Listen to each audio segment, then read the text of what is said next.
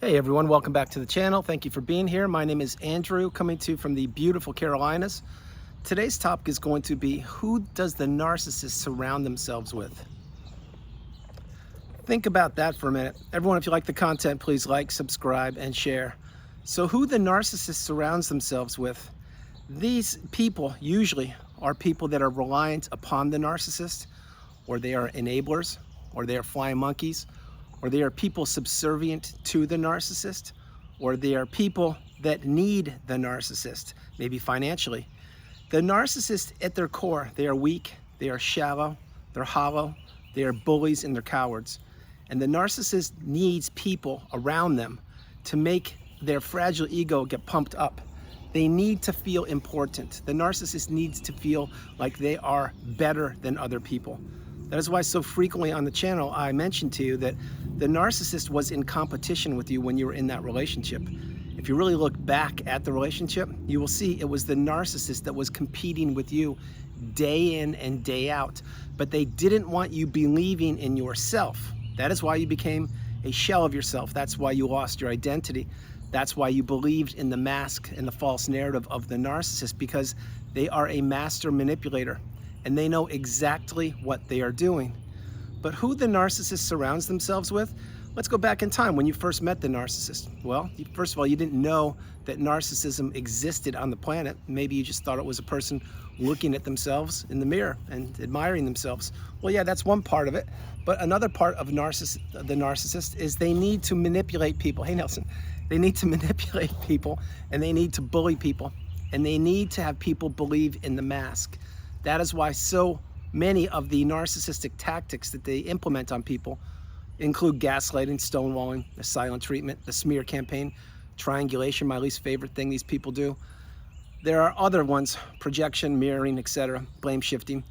But all these things back then, we did not know what they were. We were experiencing the toxicity of the abuse, but we couldn't put names on the experiences that we were going through. But now we know what gaslighting is as an example. And the other terms too. If you don't know, you're learning and you're getting educated and becoming awakened and aware. But who the narcissist surrounds themselves with? Back then it was you. Think about this. When you met the narcissist, you were probably a people pleaser, maybe an empath, kind, loving, stable, healthy person. Maybe you did not have boundaries.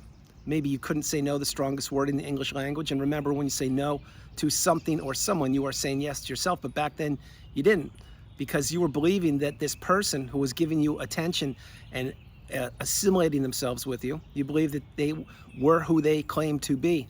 We now know that they weren't. They were a shapeshifter. They were a dark energy force, dark energy source also. And what they wanted to do was attract you to them, to have you fall into the narcissistic fog, perhaps even tell them that you love them. When the narcissist heard those three magic words, I love you, or other things, that's when they knew they had you. That's when they knew that their work was done for the first part of that relationship. Keep in mind, the narcissistic cycle, it's in a loop. It goes love bomb / euphoric stage, then the devaluation stage, then the ending of the relationship, and at times a Hoover. Don't accept a Hoover ever. But when the narcissist knew that they had you, and they placed you in that trauma bond or the devaluation stage, whatever you want to call it, or interchange both things, that's when they began to extract your resources. But you believed in the false narrative of the mask. You believed that their words would match, their actions would match their words. That is not what the narcissist does. They will promise you the sun, the moon, the stars, and everything in between, and they will give you nothing. They will give you absolutely nothing in return. That's why you are giving them the best of you, and you are getting nothing. You are getting absolutely less than zero. But when you were in that relationship, you were giving to a fault, and you did not know what you were up against because you weren't taught this in school. You weren't awakened on the narcissistic abusive cycle. Now you're getting the wisdom, you're applying the tools that are provided for you in the community, and you're coupling with that, with those things with your experience, and that equals wisdom. Now, I'm repeating a couple of these messages that I've mentioned previously in the last couple of videos to reinforce with you that if you know that there is a narcissistic person or a toxic person in your life, and you've identified that, staying in a relationship with that person 1 minute longer than you need to, it will not benefit you. It will not behoove you. It will not change. It will not improve. The narcissistic relationships only deteriorate over time because the narcissist is consistently and constantly trying to break the relationship over and over and over again until something actually gives. Maybe you experienced Reactive abuse. Maybe you ended it yourself. Maybe you experienced the reverse discard. Maybe the narcissist lined up the new supply and discarded you on your birthday or on a holiday or on your favorite month of the year. Who knows? But this is who the narcissist surrounds themselves with. They surround themselves mainly with people who don't know that narcissism is prevalent. And that was you at one point. It certainly was me, but it's not me any longer. And my hope is it's not you any longer, because you're understanding that you need to have boundaries. You need to be able to say no. You need to insulate yourself and protect yourself. You need to not overshare. And you need to know that there are people on the planet that do not have your best interest at heart. And the narcissist is certainly at the top of that list. Now, that's a tough pill to swallow for many people, wrapping their head around the fact that how could somebody not want the best for another person? It's very easy. When you don't care about people, you have nothing to lose. And when you're in a relationship with somebody and you're giving everything of yourself to that person and they flat out don't care about you, but they're telling you that they do care about you, they again can do whatever they want to because you're in a vulnerable position. You were in a relationship with a person who does not have the ability to love. They didn't love back then, they don't love now, and they'll never love in the future, because there are people that are on the planet that do not have the ability to love. We're learning that, and we're understanding that not everybody is built the same way. Now let's talk about empathy for a quick moment. Let's say you have a high level of empathy. Well, again, if that was you or is you, the narcissist was looking at you like you were Thanksgiving dinner 365 days a year, because you would be committed to that relationship. You would be putting the narcissist high up on the pedestal to the detriment of yourself. You would be believing again in the words of the narcissist, even though their actions weren't matching their words. And you would also be giving them chances over and over and over again because you didn't want to quit. You didn't want to stop, because that's not what an empath does. An empath, just like myself, is a kind, loving, stable, healthy person who wants the betterment for humankind. But also when you're in a relationship, you want the betterment for the other person too. But these relationships, they are not reciprocal with the narcissist. They are one-way relationships to Destructionsville, and the narcissist knows this. That is why they get new sources of supply, because they're always on the conquest or the quest, looking for the next new shiny object. At one point, that was you. But remember, how did the narcissist meet you? They were exiting, or they had exited a previous relationship with somebody else. Most likely that person was discarded, although that's not the case for all endings of narcissistic relationships. But most likely that's what happened. And then they found you and they said, wow, this person can catapult me through life for a period of time, maybe a week, a month, a year, a decade, 20 years, who knows? But then again, that relationship, the one that you were in, it broke because the narcissist had already found a new source of supply, or your resources became decimated, or your health took a hit, or you had no more money, or they were looking for something else that you could not provide. So keep in mind, again, the narcissistic relationship is the relationship you need to heal from. You need to heal from it. And why I say that is because when your relationship ended, you figured out rather quickly that your support system was blown up. Maybe even your immediate family members weren't around as often as they used to be as a support system, and that you were having sleepless nights, you were crying, maybe even experienced the angry stage, but something was off. And what it was you just exited a narcissistic relationship, and there was damage done to you, just like there was damage done to me. But you had to process things. You had to slow your life down. You had to heal childhood wounds. You had to journal, meditate, see a therapist. You had to watch videos. You had to read. You had to really take stock of who is who in your life. And that is a whole different ball game right there, taking stock of not just who the narcissist was, but sometimes and many times, including who your immediate family members are. Think about this. Not everybody, just because you're blood related, has your best interest at heart. And that's a tough pill to swallow, but it's real. So that's what you do. You go down the different rabbit holes of education and exploration. Once you identify that the narcissist is who they are, then you look around other people. Oh, that teacher from 3rd grade, that's who that was. Oh, my other romantic relationship, that's who that was. Oh, my neighbor. Oh, my boss, my brother, my mom, my sister, etc. This is what you will be doing. And it's natural. It's what we all do. We are all on the healing path, headed in the same direction, simply taking different footsteps, which means I may be walking in front of you, I may be behind you, I may be right beside you. But the point being is we're all headed towards that pinnacle of indifference, the mountaintop of indifference, when we no longer care about the narcissist or people associated with them from the past. That is the path. Now, who the narcissist surrounds themselves with, other things I mentioned, they surround themselves many times with people, if the narcissist has money or if they're in charge of a job or they own a business, they will surround themselves with people that are completely subservient to them. In other words, let's say the narcissist is the boss or they own the company, and let's say it's a small company as an example. Well, they can cut your hours if they want to. They can fire you if they want to. They can hire another person and triangulate you with them. They can do whatever they want to. That's not a good space to be. I've worked with many narcissistic bosses. Not a good place to be, but back then I didn't have the wisdom that I have now. Now I can identify a narcissist like that, just like you can. But back then we didn't know what we were up against. So the narcissist, again, other people they surround themselves with, flying monkeys left, right, and center. Now, what is a flying monkey? In a nutshell, a flying monkey is a person who does the bidding for the narcissist many times, but it's not exclusive to that. Children can be flying monkeys without even knowing it. Your friends can be flying monkeys without even knowing it. Anyone can be a flying monkey without even knowing it. But then there are flying monkeys who take the role and they run with it and they love it because they love gossip and they love to spy on other people's social media and report back to the narcissist. But what these flying monkeys don't realize is eventually things will go sideways with them. Maybe not with that narcissist, but maybe with another one.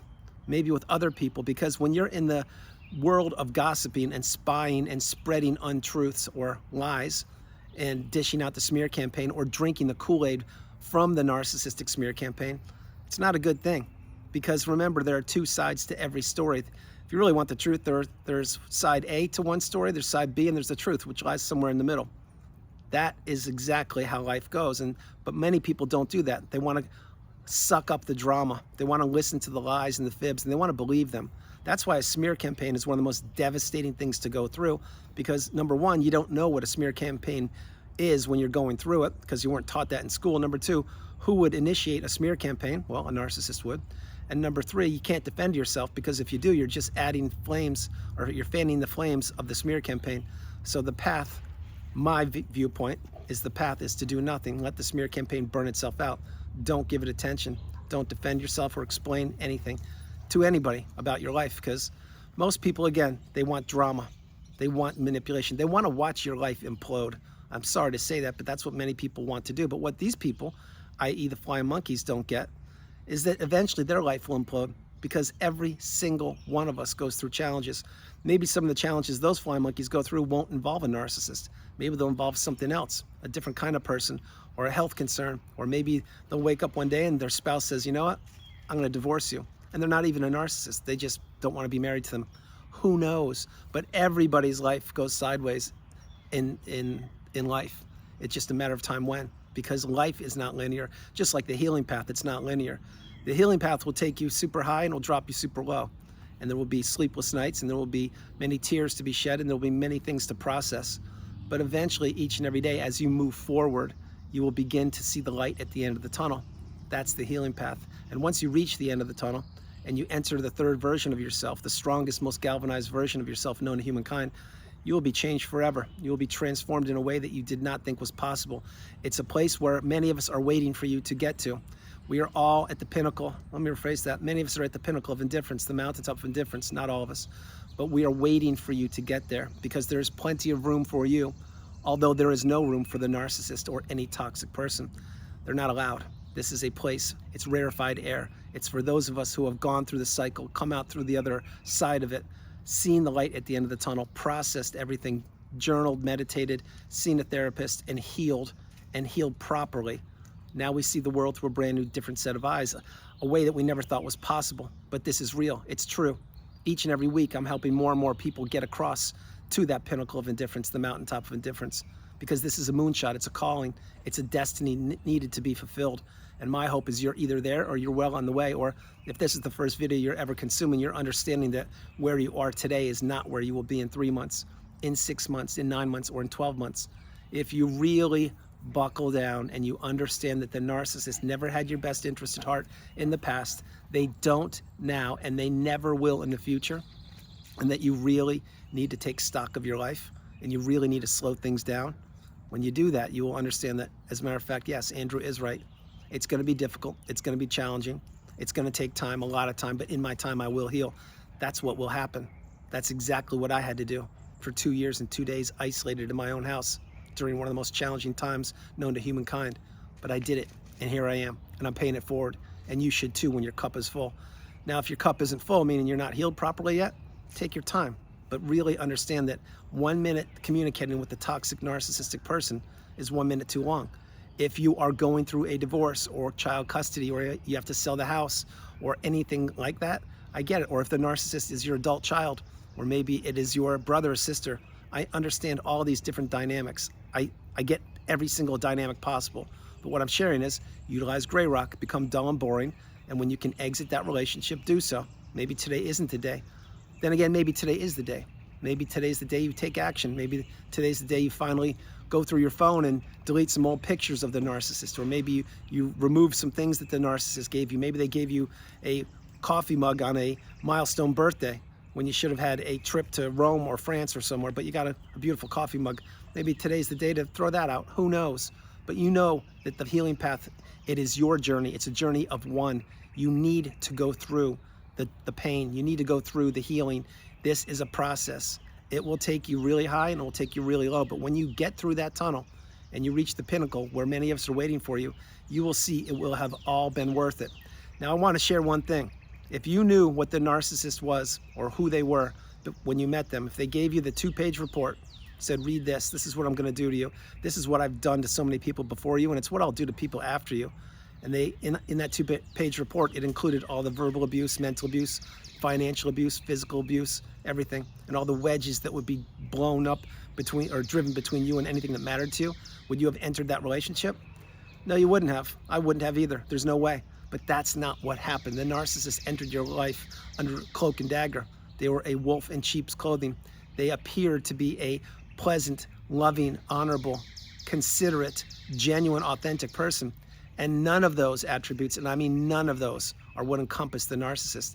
The narcissist is a coward and a bully.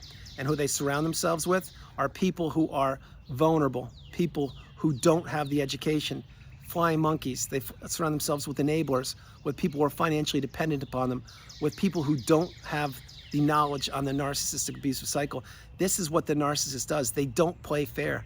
They cheat. They don't believe that the laws or the rules of humankind apply to them. They believe they're above the law. They believe they can write their own rules. They believe they can wipe the past clean super fast and just act like all the toxicity of the past never happened. Well, guess what, narcissists? It did happen. And we do know what you did.